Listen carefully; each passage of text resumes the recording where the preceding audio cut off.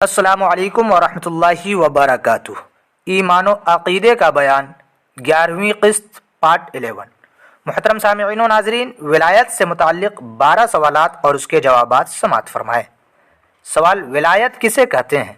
جواب: ولایت ایک قرب خاص ہے کہ مولا عز و جل اپنے برگزیدہ بندوں کو محض اپنے فضل و کرم سے عطا فرماتا ہے۔ سوال: کیا کوئی ولی کسی صحابی سے افضل ہو سکتا ہے؟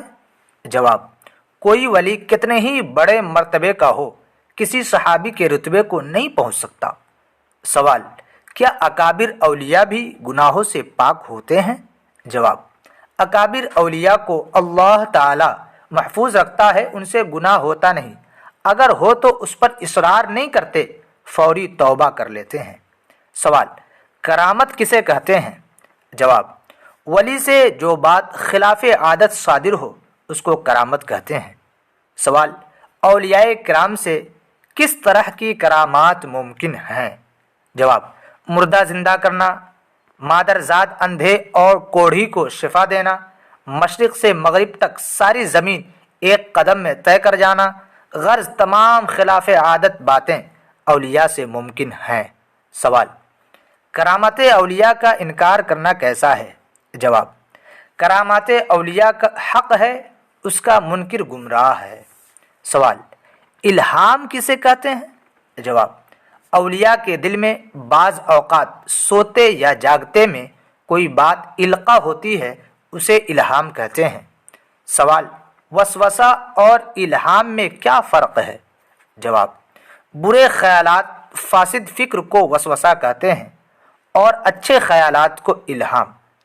وسوسہ شیطان کی طرف سے ہوتا ہے، الہام رب عز و جل کی طرف سے۔ سوال: کیا اولیاء کرام کو بھی علم غیب عطا ہوتا ہے؟ جواب: جی ہاں، اولیاء کرام کو بھی علم غیب عطا ہوتا ہے، مگر انبیاء کے واسطے سے۔ سوال: کیا کسی جاہل بے علم شخص کو ولایت مل سکتی ہے؟ جواب: جی نہیں، ولایت بے علم کو نہیں ملتی، بلکہ اس کے لیے علم ضروری ہے، خواہ علم بطور ظاہر حاصل کیا ہو یا اس مرتبے پر پہنچنے سے پیشتر اللہ عز و جل نے اس پر علوم منکشف کر دیے ہوں۔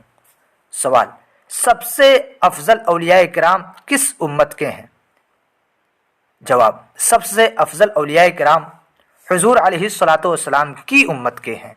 سوال: کیا کوئی ولی احکام شرعیہ کی پابندی سے آزاد ہو سکتا ہے؟ جواب: جی نہیں، کوئی ولی کیسا ہی عظیم ہو، احکام شرعیہ کی پابندی سے سبکدوش نہیں ہو سکتا۔